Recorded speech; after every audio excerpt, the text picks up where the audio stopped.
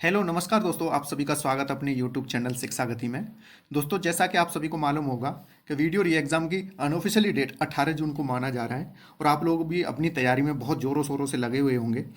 Syllabus तो complete कर लिया ही होगा लगभग लगभग सभी लोगों ने, लेकिन बात आती है प्रैक्टिस की। तो दोस्तों, आप लोगों को मैं बता दूं, हिंदी और जीएस के टॉपिक वाइज जो कि सिलेबस के अकॉर्डिंग है, मैं प्रीवियस ईयर के बहुत अच्छे क्वेश्चंस का कलेक्शन लेके आ रहा हूँ, जिसमें मैं आज हिंदी के वर्णमाला के टॉप लगभग 100 के आसपास क्वेश्चंस लेके आया हूँ। ये आपकी तैयारी को बेहतर बनाएंगे और आप एक टॉपिक से 100 क्वेश्चन लगा लेते हो तो मुझे नहीं लगता कि पेपर में आपका कोई भी प्रश्न हिंदी वर्णमाला का कोई गलत होगा। तो दोस्तों, लास्ट तक बने रहिएगा और वीडियो पूरा देखना और ध्यान से इन सारे क्वेश्चंस को जरूर लगाना। तो चलिए शुरू करते हैं। पहला क्वेश्चन कह रहा है कि निम्नलिखित में कौन सा वर्ण स्त्रीलिंग नहीं है। तो दोस्तों, इंपॉर्टेंट प्रश्न है और ये काफ़ी बच्चों को मालूम भी नहीं होता है, तो मैं आप लोगों को बता दूं, वर्णमाला में केवल 3 वर्णों को स्त्रीलिंग में माना जाता है, जिसमें छोटी ई, बड़ी ई और री। इसमें इसका राइट आंसर हो जाएगा ऑप्शन डी। ठीक है दोस्तों, अगला प्रश्न है, निम्नलिखित व्यंजनों में से कौन से व्यंजन का उच्चारण तालु से नहीं होता है। तो दूसरे का आंसर हो जाएगा ऑप्शन सी। ठीक है दोस्तों, आगे बढ़ते हैं। अगला प्रश्न है, लुंठित ध्वनि है। तो अच्छा प्रश्न है दोस्तों, इसका आंसर तीसरे का राइट आंसर हो जाएगा ऑप्शन डी। रको लुंठित ध्वनि या प्रकंपित ध्वनि के नाम से भी जाना जाता है। ठीक है दोस्तों, आगे बढ़ते हैं। अगला प्रश्न है, ओष्ठ स्पर्श व्यंजन अल्प प्राण और अघोष वर्ण कौन सा है। तो चारवें का आप लोग का आंसर बताइएगा। तो इसका राइट आंसर हो जाएगा चौथे का ऑप्शन ए, प। आगे चलते हैं दोस्तों। अगला प्रश्न कह रहा है कि एक ही ध्वनि का द्वित्व हो जाने पर वह क्या कहलाती है। तो दोस्तों, इसका राइट आंसर आप लोग बताएंगे पांचवे का। तो इसे कहते हैं ऑप्शन डी, युग्मक। युग्मक को ही बोला जाता है द्वित्व। ठीक है दोस्तों, इसका मतलब होता है कि एक एक जैसे वर्ण आपस में जो संयुक्त रूप से प्रयुक्त होते हैं किसी भी शब्द में, तो उसे द्वित्व या युग्मक ध्वनि कहते हैं। अगला प्रश्न है, यह किस प्रकार की ध्वनि है। तो छठवें का राइट आंसर हो जाएगा ऑप्शन ए, तालव्य।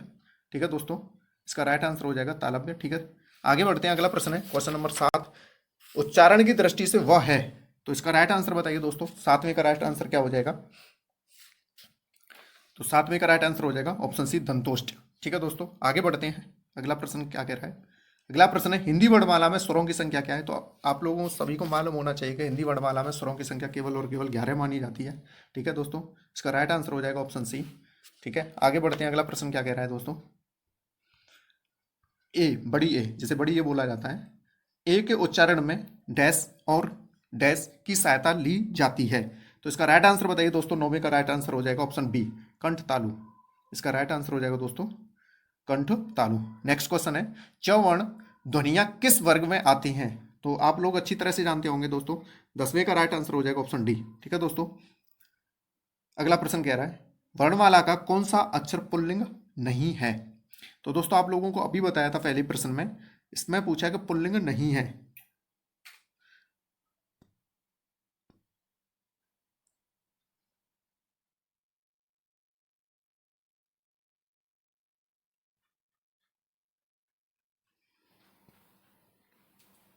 और री, ये स्त्रीलिंग में होते हैं, बाकी सभी पुल्लिंग होते हैं। ठीक है दोस्तों, तो ये पुल्लिंग नहीं आ सकते। नेक्स्ट क्वेश्चन है 12वां, इसका जिन वर्णों का उच्चारण स्वतंत्र होता है उससे कहते हैं। तो 12वें का राइट आंसर हो जाएगा ऑप्शन डी। ठीक है दोस्तों, स्वर जो स्वतंत्र है, जिनको में किसी की सहायता की आवश्यकता नहीं होती है। ठीक है दोस्तों, आगे का प्रश्न कह रहा है 13वां, द प्लस अ प्लस क प्लस श प्लस अ इक्वल टू क्या होगा। तो आप लोग जान जान सकते हैं। 13वें का राइट आंसर हो जाएगा ऑप्शन डी, दक्ष। द और अ कंप्लीट द बनाएंगे। ठीक है दोस्तों, फिर क, आधा क आधा श और प्लस अ, ये तीनों मिलकर बनाते हैं छ। ये इस तरह से भी लिखा सकता है दोस्तों, आधा क और पूरा स। ठीक है, इसका मतलब भी छ होता है। ठीक है दोस्तों, अगले प्रश्न पर चलते हैं। अगला प्रश्न कह रहा है, ढ वर्ण का उच्चारण स्थान क्या होता है। तो 14वें का राइट आंसर हो जाएगा ऑप्शन ए, ट वर्ग। ठीक है दोस्तों, अगला प्रश्न कह रहा है, लिपि चिन्हों के क्रमबद्ध समूह को क्या कहा जाता है। तो 15वें का राइट आंसर बताइएगा दोस्तों। इसका आंसर हो जाएगा वर्णमाला। ठीक है दोस्तों, अगला प्रश्न है, हिंदी भाषा में ह्रस्व स्वरों की संख्या कितनी है। तो ह्रस्व स्वर 4 होते हैं दोस्तों, छोटा आ, उ, ई और री। ठीक है दोस्तों, ये 4 होते हैं, इन्हीं को मूल मूल स्वर के नाम से भी जाना जा सकता है। दोस्तों आप लोग जानते हैं कि ये सारे प्रश्न प्रीवियस ईयर के क्वेश्चन के हैं, ठीक है, कोई ना कोई किसी न किसी परीक्षा में पूछा गया है। आप इन प्रश्नों को लगा लेते हैं तो मुझे नहीं लगता कोई भी वर्णमाला का प्रश्न आपसे गलत हो पाएगा। ठीक है दोस्तों, ये प्रैक्टिस के लिए बहुत ज़रूरी है, तो वीडियो को लास्ट तक देखना।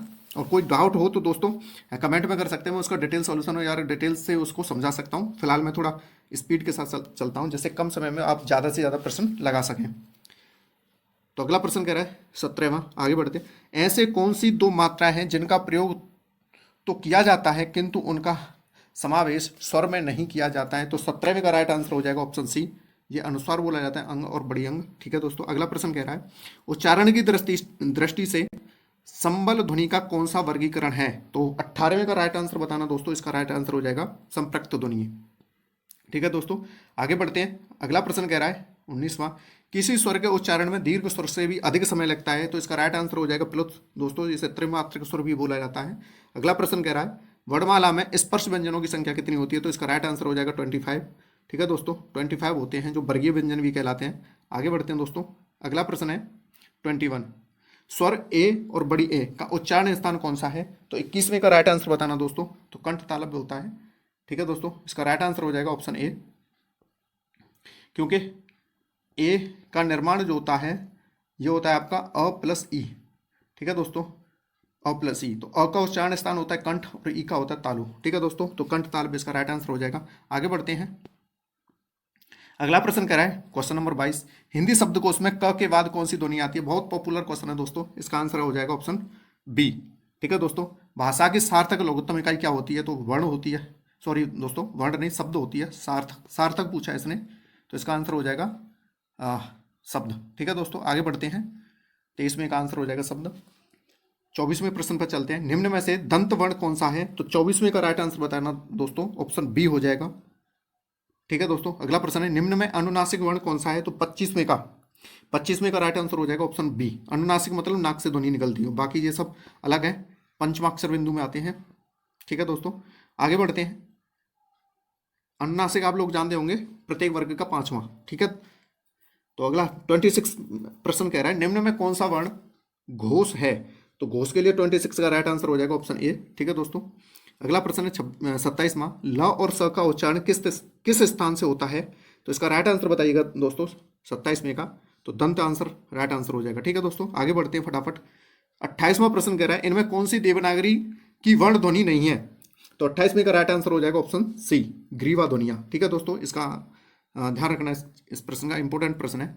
निम्न किस व्यंजन का उच्चारण स्थान तालव्य होता है? तो 29 का राइट आंसर हो जाएगा ऑप्शन बी। ठीक है दोस्तों, आगे बढ़ते हैं। अगला प्रश्न कह रहा है जिन ध्वनियों की गणना न स्वर में की जाती है और न ही व्यंजन में, इसका राइट आंसर हो जाएगा दोस्तों अयोगवा बोला जाता है, जो कि छोटी अंग और बड़ी अंग, ना तो ये स्वर होते हैं दोस्तों और ना ही ये व्यंजन होते हैं, तो इसका राइट आंसर हो जाएगा अयोगवा, ऑप्शन ए 30वें का। 31वें प्रश्न पर चलते हैं दोस्तों, स्वर तंत्रिकाओं के आधार पर व्यंजनों को कितने वर्गों में बांटा गया है? तो इसका राइट आंसर बताइए दोस्तों 31वें का हो जाएगा ऑप्शन डी, 2 भागों में बांटा गया है। ठीक है दोस्तों, अगला प्रश्न है प्रत्येक शब्द की वर्तनी के सभी वर्णों को उसी क्रम में अलग अलग दिखाना क्या कहलाता है? तो 32वें का राइट आंसर हो जाएगा ऑप्शन ए, वर्ण विच्छेद कहलाता है। दोस्तों आप लोग अच्छी तरह से जानते होंगे। आगे बढ़ते हैं, स्वरों का उच्चारण। ठीक है दोस्तों, आगे बढ़ते हैं। क्वेश्चन नंबर 33, स्वरों का उच्चारण ऑप्शन ए अनुनासिक की सहायता से होता है, बिना किसी की सहायता से होता है, तो राइट आंसर हो जाएगा ऑप्शन बी। आप लोग जानते हैं स्वरों के उच्चारण में किसी की सहायता की आवश्यकता नहीं होती है। अगला प्रश्न है 34, निम्न में कौन सा शब्द स्वर का वर्गीकरण नहीं है? तो 34 का राइट आंसर हो जाएगा ऑप्शन बी। ये किसी का वर्गीकरण नहीं होता, संयुक्त भी होते हैं, प्लुत भी होती है, ह्रस्व भी होती है, लेकिन द्वित्व का होता है, द्वित्व ध्वनियां अलग से होती हैं, जिसमें एक जैसे वर्ण आपस में जब उच्चारित होते हैं, जैसे कि उच्चारण में डबल च है तो ये द्वित्व बन गया। ठीक है, जैसे दिल्ली में होता है। ठीक है दोस्तों, कच्चा। अगला प्रश्न चलते हैं। ठीक है दोस्तों 35, इसमें कह रहे हैं निम्न में से कौन सा शब्द प्रयत्न और उच्चारण के आधार पर व्यंजन का वर्गीकरण नहीं है? तो 35वें का राइट आंसर बताइए दोस्तों, इसका राइट आंसर हो जाएगा ऑप्शन डी। ठीक है दोस्तों, आगे बढ़ते हैं। 36वां, जिन स्वरों के उच्चारण में 2 मात्रा का समय लगता है या ह्रस्व से 2 गुना समय लगता है, उनको कहते हैं, बड़ा आसान प्रश्न है दोस्तों, इसका आंसर हो जाएगा गुरु स्वर। ठीक है दोस्तों, गुरु स्वर की डेफिनेशन भी होती है कि 2 मात्रा के बराबर लगने वाला समय। ठीक है। प्लुत का होता है त्रिमात्रिक स्वर बोला जाता है, 3 मात्रा। और लघु को आप जानते हो, लघु या मूल एक ही होते हैं, इनमें 1 मात्रा का समय लगता है। ठीक है दोस्तों, अगले प्रश्न पर चलते हैं। 37। जिस व्यंजन ध्वनि के उच्चारण के समय स्वर तंत्री में कंपन होता है, उस उच्चारण स्थान के आधार पर ध्वनियों के वर्गीकरण में उसका क्या स्थान है? 37 का आंसर बताने की कोशिश कीजिएगा। तो दोस्तों इसका राइट आंसर हो जाएगा काकल्य। और काकल्य ध्वनि केवल एक ही होती है, जैसे बोला जाता है ह। ठीक है दोस्तों, आगे बढ़ते हैं। अगला प्रश्न है 38।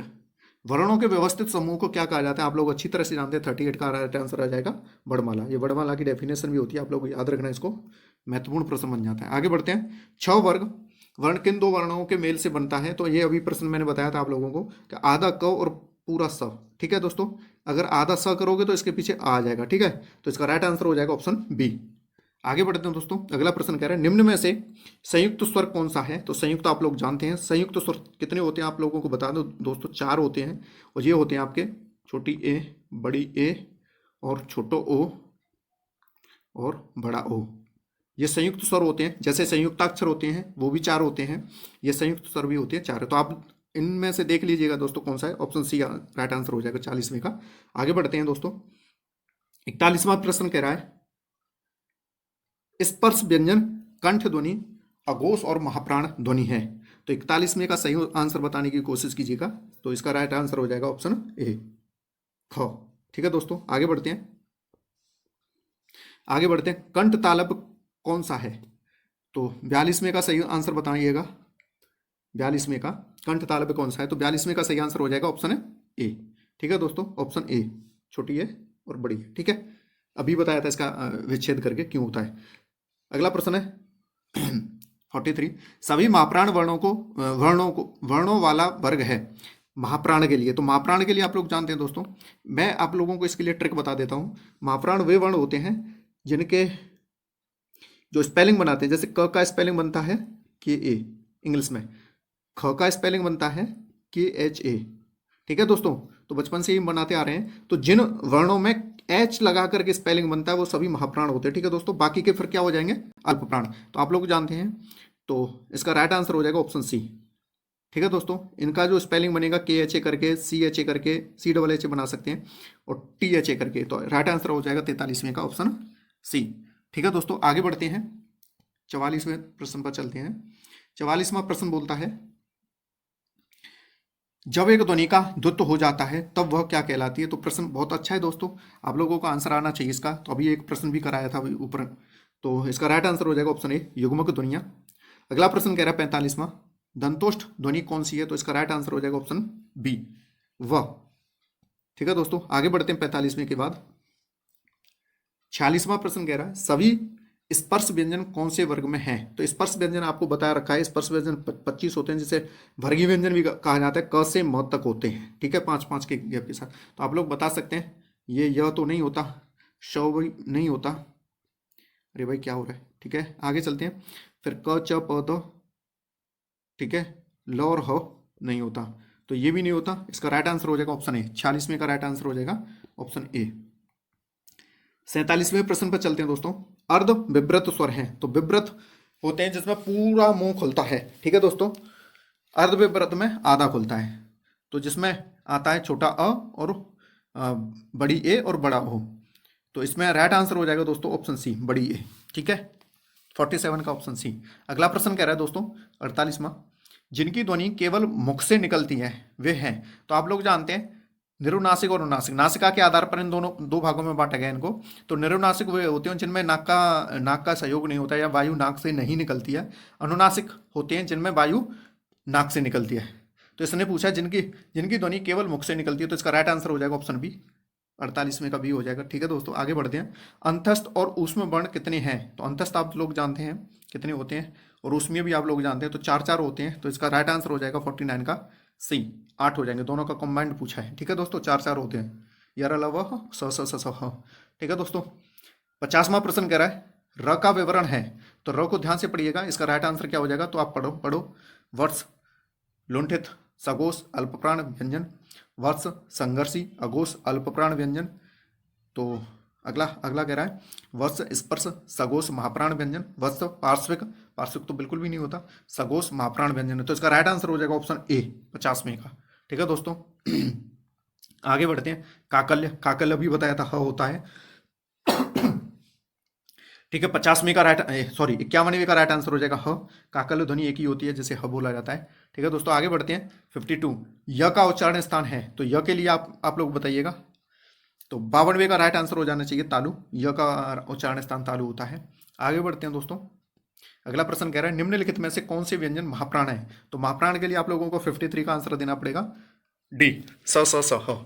ठीक है दोस्तों, जिन्हें उसमें भी बोलते हैं और ये महाप्राण की कैटेगरी में भी आते हैं। ठीक है दोस्तों, आगे बढ़ते हैं। अगला प्रश्न कह रहा है 54 स्पर्श दंत अघोष और महाप्राण वर्ण कौन सा है, तो 54वें का राइट आंसर बताना दोस्तों, ऑप्शन बी। ठीक है, थ में ये सारी कैटेगरी है। आगे बढ़ते हैं। अगला प्रश्न कह रहा है केवल मुंह से बोले जाने वाले स्वर सस्वर वर्णों को क्या कहते हैं, तो आप लोग जानते हैं अनुनासिक और निरुनासिक। निरुनासिक वे होते हैं जो केवल मुंह से बोले जाते हैं, अनुनासिक होते हैं जो नाक के साथ है, तो इसका राइट आंसर हो जाएगा ऑप्शन डी। ठीक है, 55वें का ऑप्शन डी। आगे बढ़ते हैं दोस्तों। 56वां प्रश्न कह रहा है निम्नलिखित में से व्यंजन तालव्य व्यंजन कहलाते हैं, तो तालव्य आप लोग जानते हैं जिसको तालु की सहायता से बोला जाता है, तो 56वें का राइट आंसर हो जाएगा ऑप्शन बी, च छ ज झ। ठीक है दोस्तों, ऑप्शन बी, च छ ज झ। अगला प्रश्न कह रहा है 57 किसके उच्चारण में कंठ और नासिका स्थान से मदद ली जाती है, तो 57वें का राइट आंसर हो जाएगा ऑप्शन ए, क का पंचमा अक्षर बिंदु। ठीक है, आगे बढ़ते हैं। अगला प्रश्न 58वां प्रश्न कह रहा है दोस्तों किसके उच्चारण में वत्स की सहायता ली जाती है, तो इसका राइट आंसर हो जाएगा ऑप्शन सी। ये वत्स के लिए स, ल और र ये होते हैं, न और ज को भी शामिल कर लिया जाता है, तो 5 हो जाते हैं कुल मिलाकर, लेकिन ये बहुत इंपॉर्टेंट है, वो पहले वाले 3। तो वत्स के लिए पूछा जाए तो वत्स में स, ल, र, न और ज भी हो जाते हैं, कभी कभार ऑप्शन दिया हो तो आप लोग कर सकते हैं। ठीक है दोस्तों, 59वें पर चलते हैं। तो त और द को उच्चारण स्थान के आधार पर क्या कहा जाता है, तो त द के लिए ऑप्शन आ जाएगा दंत्य। ठीक है, ऑप्शन ए। अगला प्रश्न कह रहा है 60वां निम्न में अंतस्थ व्यंजन कौन सा है, तो 60वें का राइट आंसर बताइएगा दोस्तों, ऑप्शन बी हो जाएगा ल। ठीक है दोस्तों, अंतस्थ यर लव 4 होते हैं, तो ला आंसर हो जाएगा। 61वें में चलते हैं। निम्न में अघोष वर्ण कौन सा है, तो 61वें का राइट आंसर बताइएगा दोस्तों, ऑप्शन ए ट हो जाएगा। कहाँ भाग रहे हो भाई, ऑप्शन ए का क्या हो जाएगा, सॉरी ऑप्शन 61वें का हो जाएगा ऑप्शन ए। ठीक है दोस्तों, ये सारे के सारे प्रश्न प्रीवियस ईयर के दोस्तों, एक एक प्रश्न बहुत ज़्यादा इंपॉर्टेंट है आपके लिए, आप लोगों को ये सारे प्रश्न के आंसर आने चाहिए। अगला प्रश्न कह रहा है दोस्तों, अगला प्रश्न कह रहा है निम्न में महाप्राण है, तो 62वें का सही आंसर बताइएगा, ऑप्शन डी हो जाएगा, ठ होता है। अगला प्रश्न कह रहा है मूर्धन्य स्पर्श सघोष नासिक अल्पप्राण व्यंजन कौन सा है, तो ये सारी कैटेगरी के साथ बताइए कौन सा आंसर हो जाएगा 63वें का, तो 63वें का राइट आंसर हो जाएगा ऑप्शन सी ये। ठीक है, आगे बढ़ते हैं। 64वां प्रश्न कह रहा है निम्न में अनुनासिक वर्ण कौन सा है, तो अनुनासिक वर्ण के लिए 64वें का राइट आंसर हो जाएगा ऑप्शन सी। ठीक है, अगला प्रश्न कह रहा है निम्न में मूर्धन्य ध्वनि है, तो 65वें का राइट आंसर बताइएगा, option D, sorry option A ड। ठीक है दोस्तों, आगे बढ़ते हैं। अगला प्रश्न कह रहा है 66वां उच्चारण स्थान के आधार पर निम्नलिखित में से दंत्य है, तो 66वें का राइट आंसर बताइएगा, ऑप्शन डी हो जाएगा दंत्य। दंत्य कौन सा है दोस्तों, ल। 67वें प्रश्न पर चलते हैं। निम्न में से दीर्घ स्वर कौन सा है, तो आप लोग पहचान सकते हैं, बहुत आसान प्रश्न है। दीर्घ स्वर कौन सा होता है, तो बड़ा हो जाएगा, ये छोटा है, छोटा है, छोटा है, ह्रस्व या लघु स्वर भी कहते हैं इनको। ठीक है, या मूल स्वर भी कहते हैं, 4 होते हैं। ह का उच्चारण स्थान है, तो काकल्य होता है, लेकिन काकल्य को क्या बोला जाता है, ह का उच्चारण स्थान। 68वें का आंसर बताएंगे दोस्तों, इसका आंसर हो जाएगा कंठ, तो 68वें का राइट आंसर हो जाएगा कंठ। ठीक है दोस्तों, ह का उच्चारण स्थान। आगे बढ़ते हैं दोस्तों। अगला प्रश्न कह रहा है अंतस्थ व्यंजन कौन से वर्ग में है, आप लोग जानते हैं अंतस्थ यर लव, तो 3 दिए हैं, र भी होता है। ठीक है, 4 होते हैं, इनकी संख्या कितनी होती है दोस्तों, 4 होती है, तो इसका राइट आंसर हो जाएगा ऑप्शन बी। 17वें पर प्रश्न पर चलते हैं। कौन से वर्ग के सभी व्यंजन अल्प प्राण हैं, तो 70 का राइट आंसर बताइए दोस्तों, ऑप्शन बी हो जाएगा क च त। ठीक है, क च त प। ठीक है, अगला प्रश्न कह रहा है 71 ओठों की आकृति के आधार पर निम्न में से कौन सा अव्रतमुखी है, तो जिनके उच्चारण में ओठों की आकृति गोल नहीं होती है, तो ये 3 व्रतमुखी हो जाएंगे, और इसका राइट आंसर हो जाएगा ऑप्शन डी।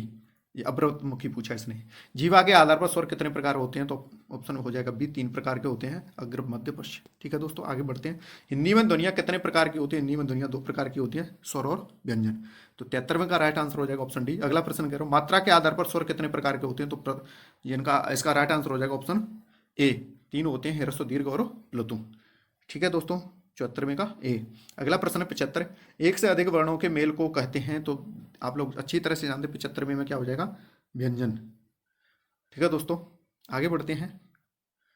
तो 75वें का ए। 76, जिनका उच्चारण स्वतंत्रता से होता है और जो व्यंजन के उच्चारण में सहायक होते हैं उसे कहते हैं। तो 76वें का राइट आंसर बताइए दोस्तों, सोच समझ कर आंसर देना इसका। तो इसका होता है ऑप्शन ए, स्वर। अगला प्रश्न दिख रहा है, ई च छ ज ज य आदि का उच्चारण किससे होता है? आगे बढ़ते हैं। 77वें का राइट आंसर हो जाएगा तालव्य। ठीक है दोस्तों, आगे बढ़ते हैं। अगला प्रश्न है 78वां, निम्न में दीर्घ स्वर है? तो आप लोग बता सकते हैं, ये प्रश्न बहुत ही इंपॉर्टेंट है दोस्तों। इसका राइट आंसर क्या होना चाहिए 78 का? तो ऑप्शन डी हो जाएगा, दीर्घ स्वर। ये संयुक्त की श्रेणी में आ जाते हैं, ये ह्रस्व की श्रेणी में आ जाता है, इसलिए राइट आंसर हो जाएगा ऑप्शन डी। अगला प्रश्न कह रहा है, निम्न में अंतस्थ व्यंजन कौन सा है? तो 79 का राइट आंसर बताइए दोस्तों, ऑप्शन ए हो जाएगा। ठीक है दोस्तों, 79 का ऑप्शन ए। 80 के लिए चलते हैं, निम्न में अल्प प्राण व्यंजन कौन सा है? तो 80 का राइट आंसर बताइए दोस्तों, ऑप्शन सी, ग हो जाएगा। ठीक है दोस्तों, आगे बढ़ते हैं। निम्न में घोष वर्ण कौन सा है? तो 81 का राइट आंसर बताइए, ऑप्शन डी हो जाएगा। ठीक है दोस्तों, 81 का राइट आंसर क्या हो जाएगा? Option D. 82 पर चलते हैं, निम्न में ओष्ठ वर्ण कौन सा है? तो ओष्ठ वर्ण के लिए आप लोग बता सकते हैं, 82 का राइट आंसर हो जाएगा ऑप्शन ए। ठीक है दोस्तों, आगे बढ़ते हैं। बहुत तेजी के साथ मैंने प्रश्न को कंप्लीट करने की कोशिश कर रहा हूं दोस्तों, जिससे कम समय में आप ज़्यादा से ज़्यादा क्वेश्चन को लगा सकें लास्ट टाइम पर। ठीक है दोस्तों, आगे बढ़ते हैं। 83 प्रश्न बोल रहा है, वर्ण तालिका के अनुसार ह्रस्व, दीर्घ और प्लुत क्या है? तो आप लोग बता सकते हैं, 83 का आंसर हो जाएगा ह्रस्व, दीर्घ और प्लुत, ये स्वर कहलाते हैं दोस्तों। मात्रा के आधार पर इनको बांटा गया है।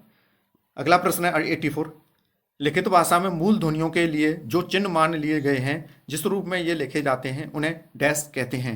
तो 84 का राइट आंसर हो जाएगा दोस्तों, ऑप्शन ए, लिपि बोला जाता है दोस्तों, लिपि की डेफिनेशन है।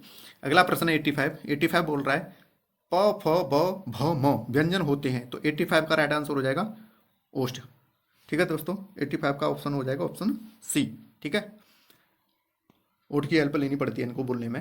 अगला प्रश्न है 86 बोल रहा है, दो व्यंजन जब एक साथ मिलते हैं तो क्या कहलाते हैं? तो आप लोग अच्छी तरह से जानते हैं, 86 का राइट आंसर हो जाएगा संयुक्त व्यंजन। ठीक है दोस्तों, अगला प्रश्न है 87, निम्न में अघोष वर्ण कौन सा है? तो 87 का राइट आंसर बताइएगा दोस्तों, ऑप्शन बी हो जाएगा, प। ठीक है दोस्तों, आगे बढ़ते हैं। निम्न में कंठ वर्ण कौन सा है? तो 88 का राइट आंसर बताइए, ऑप्शन सी हो जाएगा। ठीक है दोस्तों, कंठ ध्वनि। आगे बढ़ते हैं। अगला प्रश्न है 89 में पढ़ते हैं, निम्न में दीर्घ स्वर कौन सा है? तो आप लोग बता सकते हैं, बहुत इजी प्रश्न है, इसका राइट आंसर हो जाएगा दीर्घ स्वर के लिए 89 का ऑप्शन सी। ठीक है दोस्तों, बड़ा आ। आगे बढ़ते हैं, ये संयुक्त की कैटेगरी में आ जाते हैं, इसलिए नहीं होता है। आगे बढ़ते हैं 90 में, निम्न में महाप्राण व्यंजन कौन सा है? तो महाप्राण के लिए 90 का राइट आंसर बताइए दोस्तों, ऑप्शन ए हो जाएगा, भ। ठीक है, अगला प्रश्न है, निम्न में अंतस्थ व्यंजन कौन सा है? यर लव होते हैं, तो इसमें यह ऑप्शन सी राइट आंसर हो जाएगा। ठीक है दोस्तों, 91 का ऑप्शन सी हो जाएगा। आगे बढ़ते हैं 92, सघोष वर्ण कौन सा है? स थ ब प। तो 92 का राइट आंसर हो जाएगा दोस्तों, ऑप्शन सी, ब होता है। ठीक है, अगला प्रश्न कह रहा है, ऊष्मीय व्यंजन कौन सा है? 93 का ऊष्मीय व्यंजन पूछा है, तो जिसमें ऊष्मा होती है, तो तीनों स और ह ये होते हैं, तो इसका राइट आंसर हो जाएगा ऑप्शन डी। 94 के लिए चलते हैं, निम्न में से कौन सा स्वर कंठ तालव्य है? तो 94 का राइट आंसर हो जाएगा दोस्तों, ऑप्शन ए, बड़ी है और छोटी है। ठीक है, आगे बढ़ते हैं। अगला प्रश्न कह रहा है 95, जिन स्वरों के उच्चारण नाक से हवा निकलती है उन्हें कहते हैं? तो नासिक बोला जाता है दोस्तों। निरुनासिक केवल मुंह से निकलती है, अनुनासिक जो नाक के द्वारा होती है। तो इसका राइट आंसर हो जाएगा ऑप्शन डी, 95 का। ठीक है दोस्तों, 96 के लिए चलते हैं, निम्नलिखित में कौन सा अंतस्थ व्यंजन है? फिर से रिपीटेशन में यर लव होता है, तो इसका आंसर हो जाएगा ऑप्शन डी। 97, अनुस्वार किसका कार्य करता है? अनुस्वार पंचमाक्षर वर्ण का कार्य करता है, तो इसका राइट आंसर हो जाएगा ऑप्शन ए। ठीक है दोस्तों, 97 का हो जाएगा ऑप्शन ए।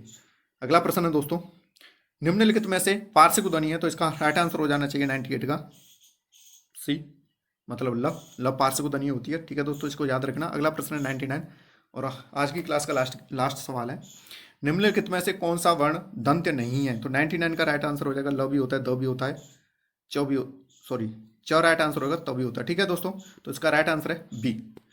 तो आज के लिए इतना ही है दोस्तों, आगे मिलते हैं इसकी नेक्स्ट वीडियो में। अगर वीडियो आपको पसंद आई हो तो दोस्तों लाइक करना, बहुत मेहनत लगती है। ठीक है, कल मैं आपके लिए ज़रूर अगला टॉपिक के साथ क्वेश्चंस लेके आऊँगा। सारे क्वेश्चन प्रीवियस ईयर के होंगे। अगर आप इन क्वेश्चंस को लगा लेते हैं तो आपकी तैयारी बहुत बेहतर हो जाएगी और आपको एग्ज़ाम में बहुत ज़रूर लाभ मिलेगा। ठीक है दोस्तों, तो आज के लिए इतना ही काफ़ी। ठीक है, धन्यवाद दोस्तों।